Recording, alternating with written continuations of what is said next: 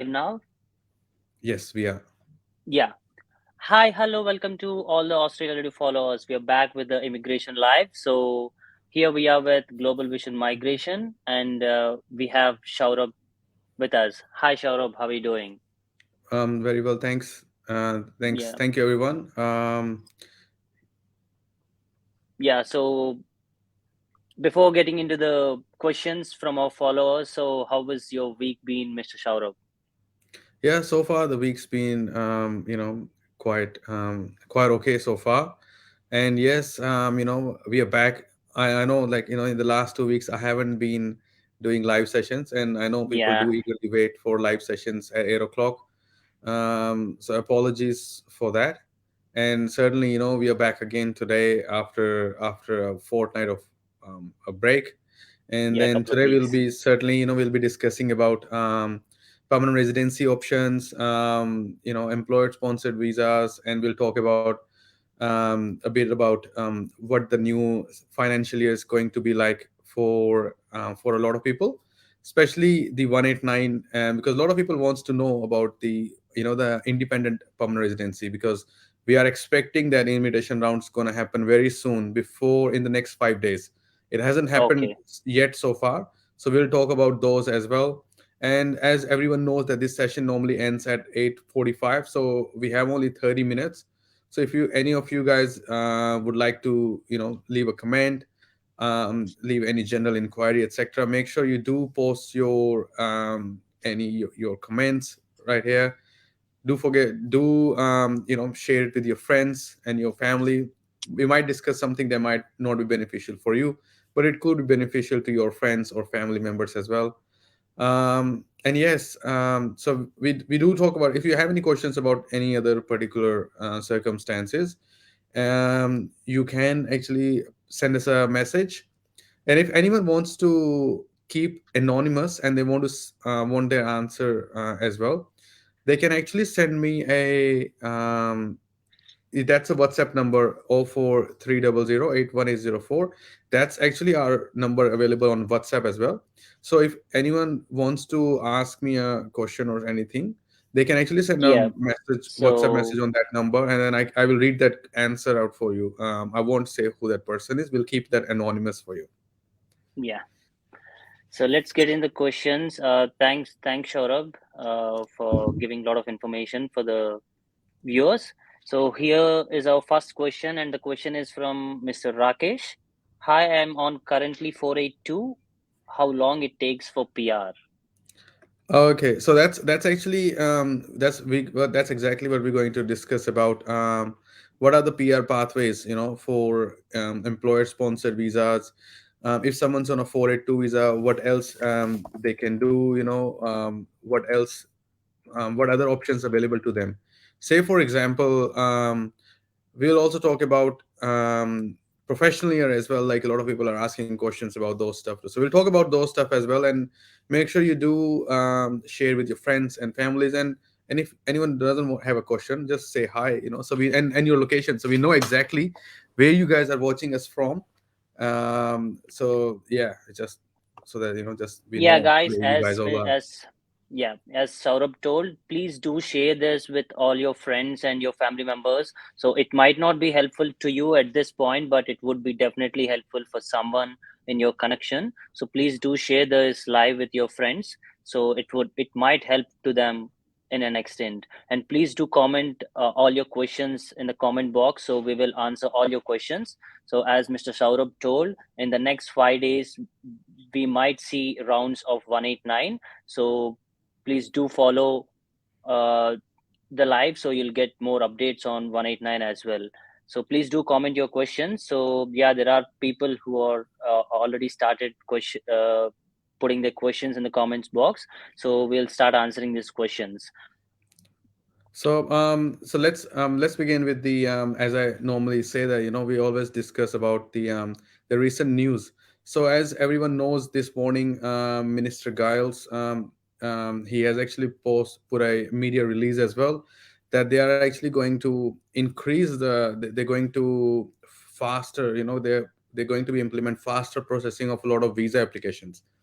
So if a lot of people right now, I know they are actually waiting for their 489 visa applications from overseas, 491s, 190s. There's a lot of visa applications that are currently um, being processed, and some has actually gone past the processing times as well.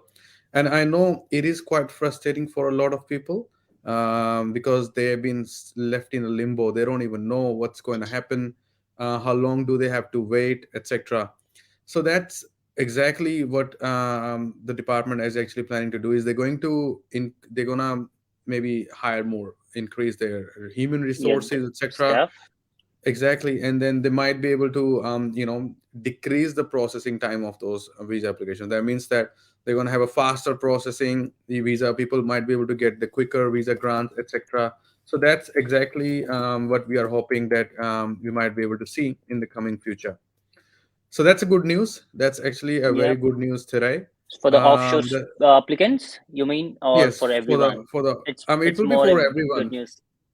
Exactly. I think Yeah. it will be, it will be a good news for a lot of people, I would say. As Because what's going to happen is, as you know, that there's a lot of people overseas as well who are waiting for their 491 visa grants, 489 visa. There are some people waiting for 489, and they have launched their application in 2017, 2018. So they've been waiting from last 4 to 5 years. So that's a plenty of waiting time for a lot of people. And I hope that Okay. now, with the new resources, with the new government, they are actually going to decrease the processing period, decrease the waiting period for all these people. So that's going to be a beneficial for a lot of people. Yep. Um, and then, talking about the visa grants, for this week itself, as now today is Tuesday. Normally we do live sessions on Wednesday. That's tomorrow. But I actually brought this forward a day, as just I'm being a little busy this week. And then, yes, so far we have actually managed to receive quite a good amount of visitor visas from India, and Okay. there were quite a few actually from AP itself. Oh, And yeah, so and then our that's lovely great. clients, they actually they came to Melbourne, and then they came to our office to visit us as well. So that's a really good feedback that we received from them. They actually they came from all over the way to India to visit Australia, and then they took some time out to meet us as well, which is a good thing. And then, what I can also see, that the student visa grants are coming through as well as some successful skill assessments have come through as well for various occupations, IT, accounting, and other vertices related occupations as well. So No, yes, beautiful. week has been quite busy for us, and then I'm eagerly waiting for Victoria and New South Wales to publish their requirements, as well as Tasmania. So, as a lot of people know, recently Tasmania has actually provided some information. They are still working on other information as well. Um, so let's hope that we get to know about what the Victoria has to offer to skilled migrants, and what New South Wales has to offer to skilled migrants as well. And then we'll certainly be able to know exactly where we stand when it comes to skill migration for the whole states. Yeah. Yep. Shaurabh, sorry to interrupt, but there are a lot of questions coming up. So let's Yes. answer a few questions and don't be behind. Sure, sure. So Yeah, yeah. let's So let's the do that. first So question, I'll I already is the asked one you. for Rakesh, yeah? Rakesh's question. Yeah, the Okay. Rakesh question. Yeah. So he's on 482, and how long it takes for PR for him? Okay. So as you know, Rakesh, with when it comes to 482 visa as well, there are pathways available under 186 direct entry or 186 temporary residence transition stream as well. For 186 direct entry, you don't actually you need to have an occupation in MLT SSL list. You need to have a 3 years of full-time work experience. Skill assessment, that's the most important requirement, and you need a competent English as well. So say for example, if you already have enough work experience, and if you're still already working on 482 visa, you can actually apply direct entry as well. You don't actually have to wait for 3 years on a 482 to be eligible for 186. So that's the second process, which is 186 under temporary residence transition stream, where a person need to have an occupation in MLT SSL list, and they need to work 3 years on a 482 visa with the same employer, and then they actually apply for 186 temporary residence transition stream. However, if you do not want to wait for 3 years, and if your employer is willing to sponsor you for 186 direct entry, you can actually go directly as well. You can actually be able to, if you have 3 years of work experience at a skill level, competent English, and a skill assessment, then you can apply. And currently, Rakesh, if your occupation is in the priority migration skilled occupation list, if you're a civil engineer, construction project manager, analyst programmer, developer programmer, or a software engineer, so there are a lot of occupations in that list. You can certainly be able to apply for employer sponsored visa and get a quicker turnaround. You can get a quicker outcome as well. So that's another advantage for you as well. And obviously, once you are on a 482 visa, you can also apply for other visas too, 189, 190, etc. No one's stopping you as well. There are no restrictions. Even some territories like Canberra, if you are on a 482 visa, they have a special pathway for you towards 190 and 491. So that's another advantage for you as well. Yep. So, Mr. Rakesh, so hope you got your answer. It's a broader answer. So, to be more precise, so if you can contact him personally, he will explain you based on your scenario. So, there are a lot of options for 482. So, based on your scenario, he'll explain you more clearly. So, please get in touch with Global Vision Migration, Mr. Saurabh, and he'll guide you more clearly. So, going on to the next question, it's from Mohan. So, hi, would like to know about the expiry for professional year. So how many Okay. years? So professional year, say for example, most importantly, you need to know when it comes to professional is when did you started. So that's the most important factor that you need to get in place as well. And what I've seen is a lot of people, when they do apply for the skill migration as well. Now the question comes in um, about how sorry, whether they should do professional year or not. I know nowadays, because people are getting 3 years of temporary residency, and they are also getting a what's that called, um, a replacement stream for their TR.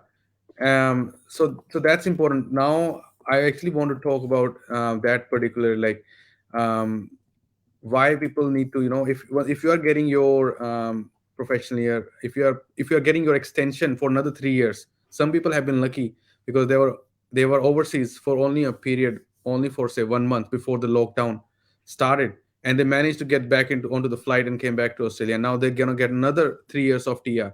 So those people, now it's maybe another opportunity for you guys to actually be able to apply for permanent residency. So that's important. What I would suggest for those guys is, if you haven't done your professional year program, maybe now is the time for you. And if you're an IT occupation, you know that in order for you to get a skill assessment, you need to do a professional year program, and that's very important as well. And obviously, and as you know, the PY is only valid for 4 years, and that actually usually from the start date of PY. That's I hope that answers your question as well. And Yeah, so if you move to the other one, that's the same question. How same many years? question. Yeah, Exactly. So it's yeah, it's 4 years from the start of your PY. yeah, Um, yeah, so it's not always beneficial to do professional year. Obviously, you get extra 5 points as well, and a lot of my clients actually manage to get a job, a full-time job through professional year as well. So if you are investing your money and time in professional year program, make sure you do it properly. You need to know where you're actually doing it from. So that's very important. That's the first step as well. yeah. So for both Mr. Mohan and Shaukat Ali, you got your answer. It's 4 years from the start of your starting day of the professional year. So moving on to the next question from Rushi.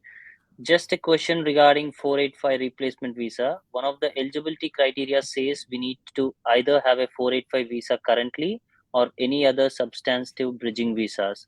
Is it the condition we need to have at the time of application or at the time of grant? So you either have a 485 visa currently or any social visa. Is this a condition we have to? Obviously, when you are applying for a 485 visa, it said that you need to either have a 485 visa currently or any other. It's at the time of visa grant application, because when you are applying for your visa, that's what when you are holding a particular visa. Does it make sense? Obviously, when the case officer decides a visa 1 year later, at that point you might not even hold a visa or Whole anything. visa, yeah. Exactly. So that's something, it will be right at the start when you do apply for it. Yeah.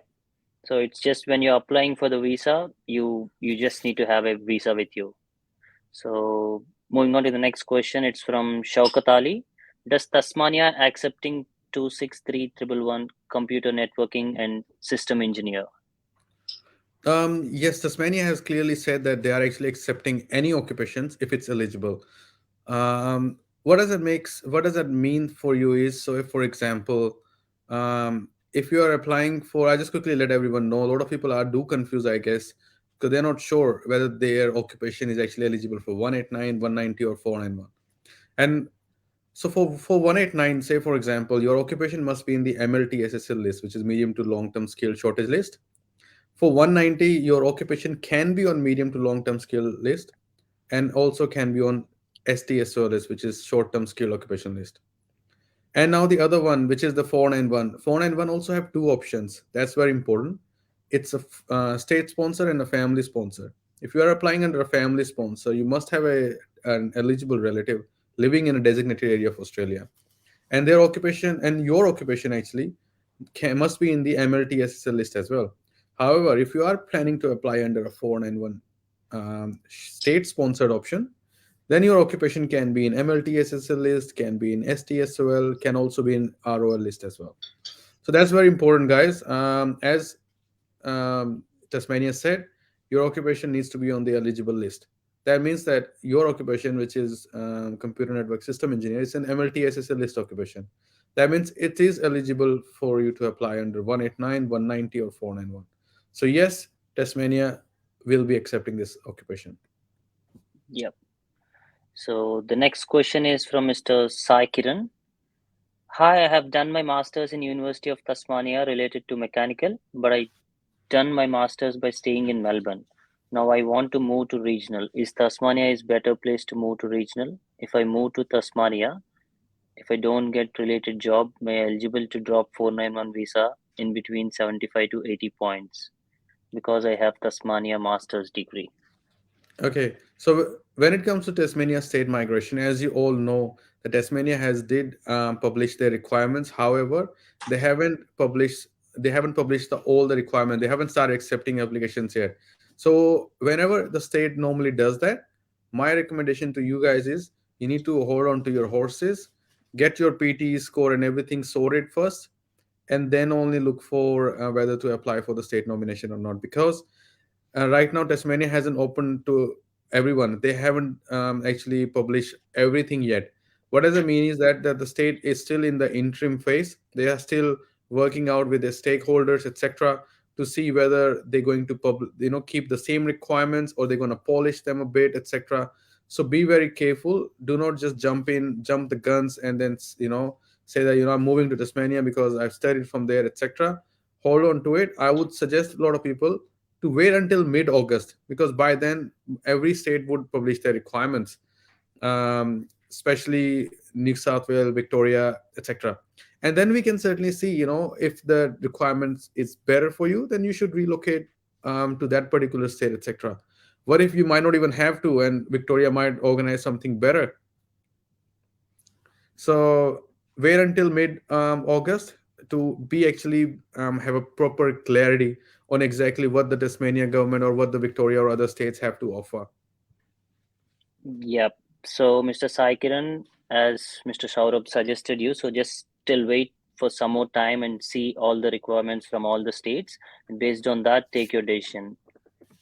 Yep. So before moving on to the next questions, a small reminder to all the followers, guys. So for all the followers of Australia Alado, you get 25% discount for the consultation when you visit Global Vision Migration. So please do use that offer. So you can get all the details regarding Global Vision Migration in this live. You can see their address, contact number, and everything. So please do contact Mr. Shaurabh for getting even more clear suggestions on your migration. Yep. Perfect. So And then, a lot of people do try to ask us this as well. Like, so you can just go to our website, all the availability is actually available up on the website. You can see all the time that suits you, etc. And then obviously for interstate clients, we do offer Zoom consults, so you can actually organize a meeting through Zoom. Doesn't matter where you are, which part of the world you are. As long as you have internet, you can actually be able to get things done. Yeah. So moving on to the next question, it's from Fasahat. Hi Shaurabh, I have got a job as a data engineer in Murray, and wondering chances of both Victoria 190 and New South Wales 190. Can anyone living in Albury, New South Wales and working for an employer which has both offices in Victoria and New South Wales is eligible for both states 190? So does living at border is a good idea, and do Victoria accept applicants from Albury, New South Wales, as employer has offices in Murray and has office in both Victoria and New South Wales? So that's actually a very good question, Fasad.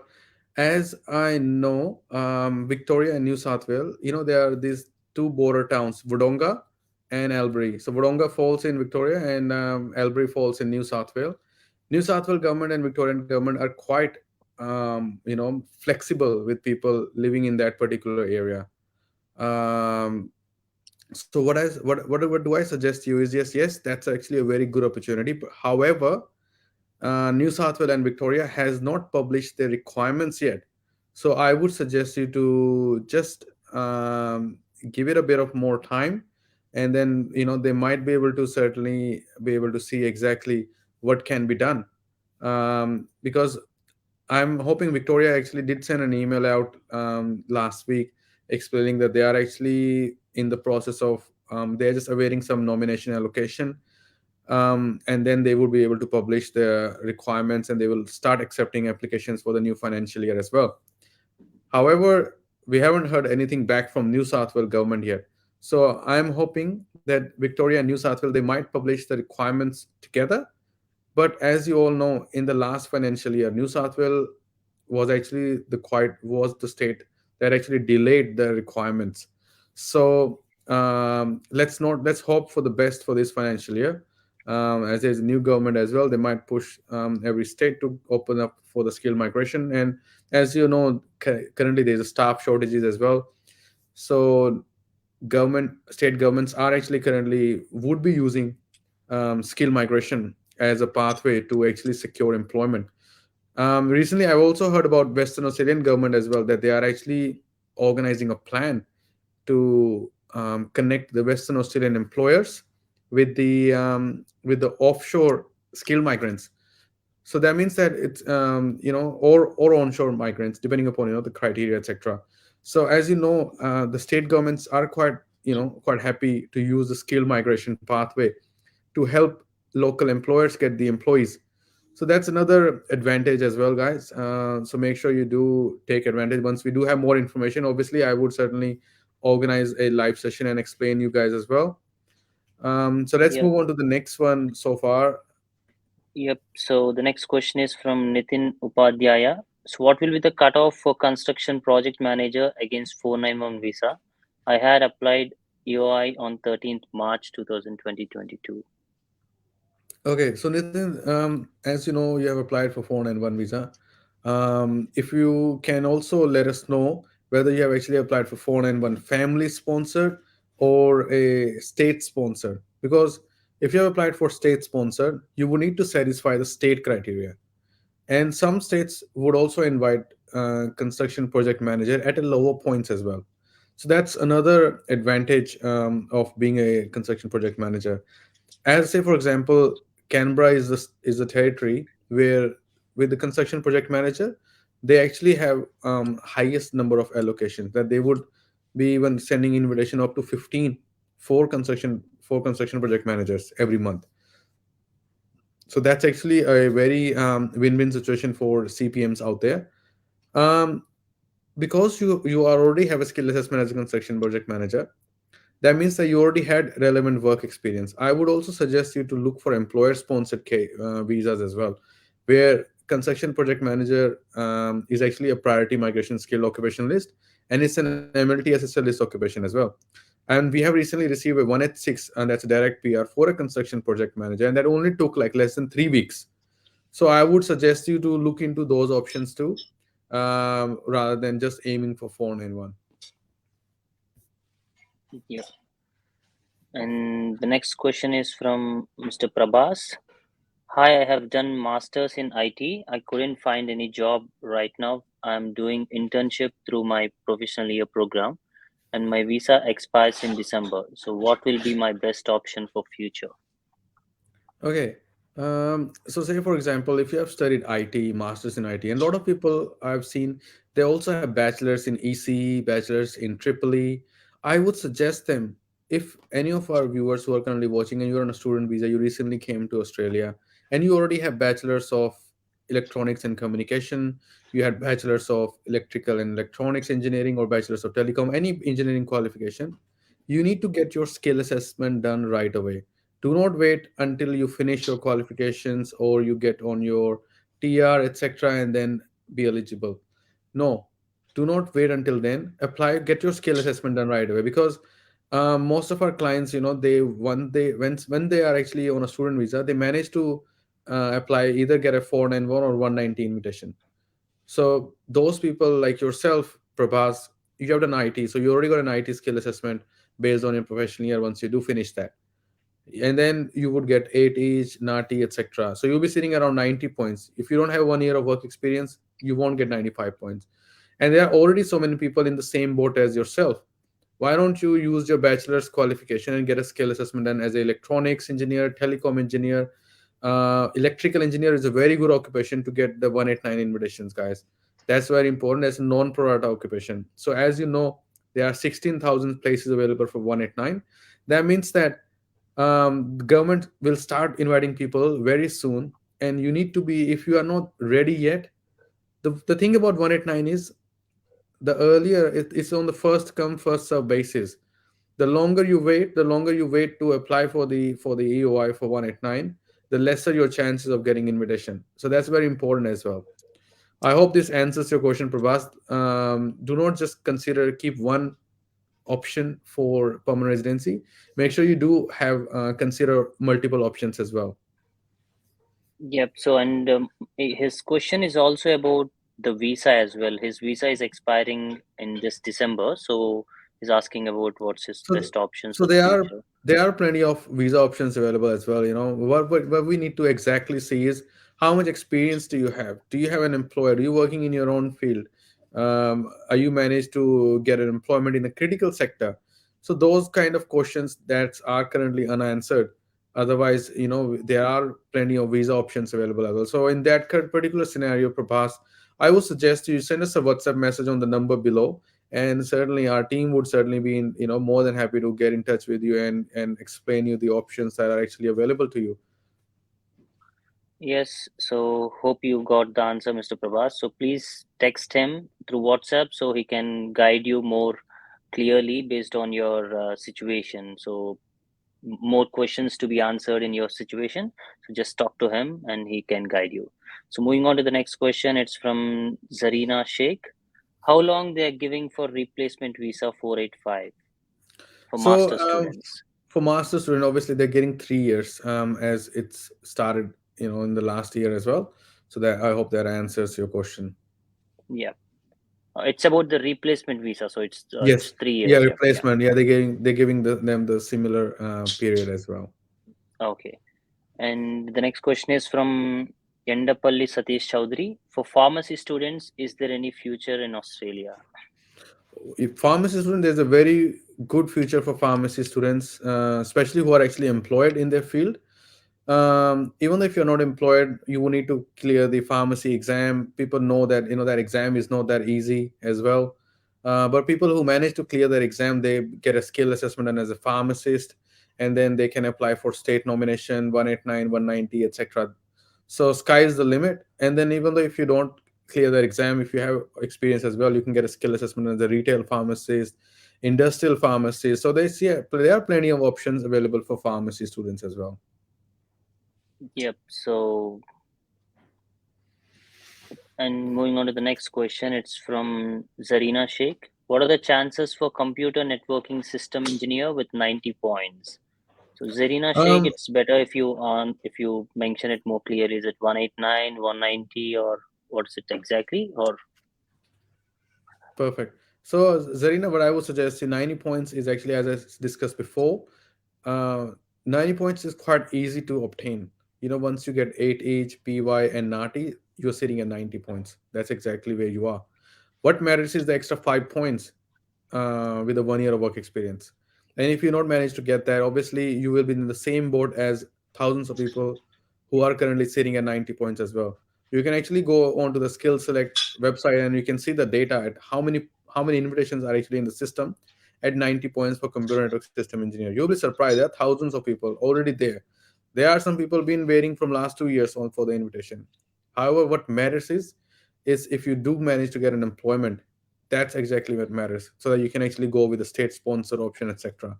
If you're not going to get a job in that field, and if you then I would suggest there is other permanent residency options, guys. Say for example, one of the good options that I just want to quickly let everyone know is, so there is a particular course which is actually available, and then yes, we are actually organizing some scholarships as well for people, and it's only a 2 semester course, so just 2 semesters, and then you can get a skill assessment. Does not require an experience for the skill assessment. So the course is actually a graduate diploma of early childhood.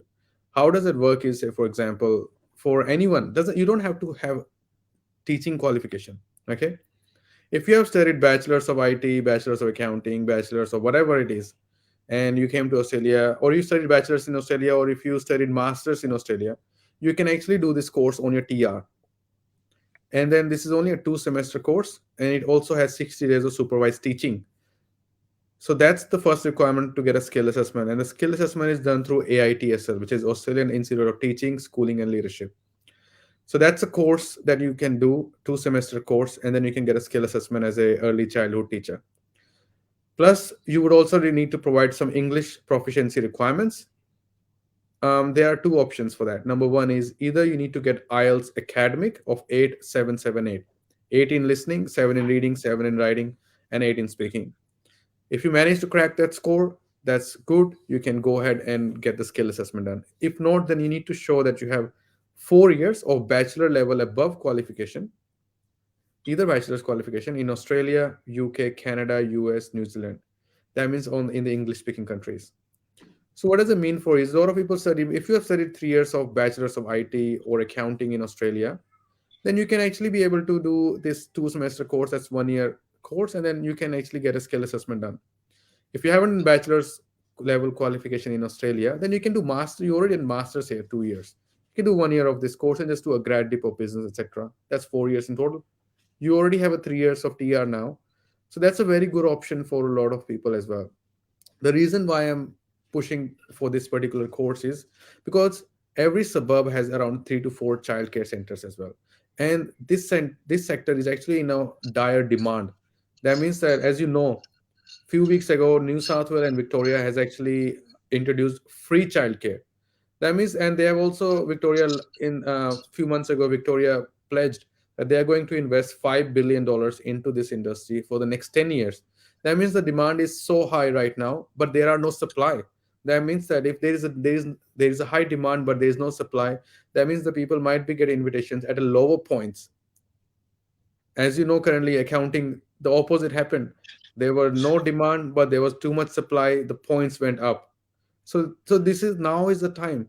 People, if you are currently in this kind of situation, you should look into the other options as well, rather than just sitting at 90 points for a particular occupation and hoping to get an invitation. It doesn't work like that anymore. If you are not employed in your field, you will need to look for different options. Yep. So hope it clears your question, Miss Zarina Sheikh. And moving on to the next question, it's from Shantan Kumar. Hi, I work as contract admin at new emissions and renewable energy industry at Victoria from 2 years. I did my master's in networking and bachelor's in computer science. Do I have chances for 491 if I move to regional Victoria? Do I get positive assessment for vertices with these qualifications? Okay. So with this kind of question, because it's a too personalized question as well, Shantan, I would suggest you to send us a message, WhatsApp message on the number below, and then we certainly be able to answer that as well. However, I can give you a clear, a short answer for that. You know, Yes, that new emission renewable is one of the target sectors. It was one of the target sectors. We don't know yet what the new sectors will be, because Victoria has said that they are actually going to expand their occupations as well as the criteria. So I would suggest you to just wait until when the Victoria opens up.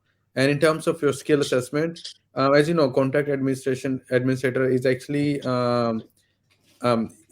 you can get a skill assessment then, because what I've seen is that the qualification that you require for that is at least a diploma level qualification as well. And if it's not a relevant qualification, you can always obviously get another qualification through RPL process. So there's a lot of options available, as I said, to get a positive assessment too. So I would suggest you to just drop us a message on our WhatsApp, and we certainly be able to get in touch with you. Yep. So moving on to the next question, it's from Mr. Sunny Nimma. Is any exceptions for IELTS if we studied in English medium at India till masters and worked in Canada for 6 years?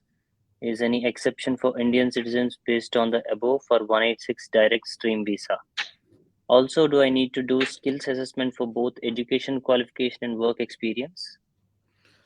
So, as I said, for 186, you need to show your experience. You need to have 3 years of experience at a skill level, competent English, and a skill assessment. There is no exception for English at all for direct entry. And then skill assessment is done based. It's all depend upon what's your occupation is. You can only get a skill assessment based on particular occupation requires qualification as well as work experience. So until unless we know what your occupation is, we cannot say whether you're going to need both qualification as well as work experience. Yep. So, Mr. Sunny, please text him to WhatsApp with your qualification and much more information so he can guide you much more better. So, the next question is from Mr. Nitin. Also, would like to know if I have applied for 491 state sponsored, should I be applying for individual state as well, like New South Wales and South Australia, etc.? Okay, so when it comes to state sponsor, you need to meet the state requirements in order for you to receive the invitation. If you're not meeting the state requirements, then certainly you are not eligible. That means that any effort that you're putting in place to be able to apply for, any effort that you're putting into in lodging an EOI, etc., for particular state, they are actually going to waste, because you're not even meeting the requirements. State doesn't even know that whether you actually do satisfy the requirements, because some states require you to lodge the nomination as well. So that's very important. So first of all, Nitin, you need to know whether you are actually eligible for that particular state, and then only you can certainly be able to get that sorted. Right. So I think, and it's already way past that time as well. The live Oh, session is okay. supposed to finish at 8:45. So what I'll do is, all the questions that have not been answered so far, guys, we'll try our best to leave a reply to you as a comment, and then try our best to answer those questions for you. Most importantly, if you think that your question hasn't been answered, do send us a private message on that WhatsApp number below, or you can also send a private message to our Facebook page, and then we can certainly be able to answer that as well. um, Yep. So and just want to as remind all the followers, guys. So the WhatsApp number is 0430081804. So please do text him to that number so he can guide you much more clearly and much more better. So, and please do follow the Facebook page, Global Vision Migration. And if you can send a message in the Facebook page, he can respond to that and he can help you much more better in that way.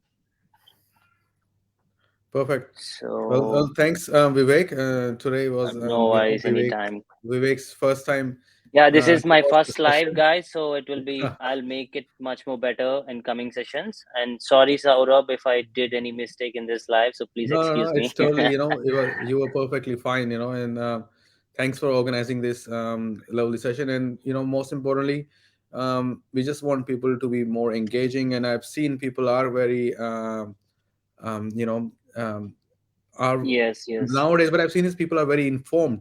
That's very important. People know exactly what they are doing, what they are seeking. So that's important, guys. Make sure you do, keep up to date yourself, do not fall for any fake stuff, etc. Make sure do use legitimate sources, etc. And if you have any doubts and questions, our contact numbers are down there. You can go to our website. Everything is available for you. Okay.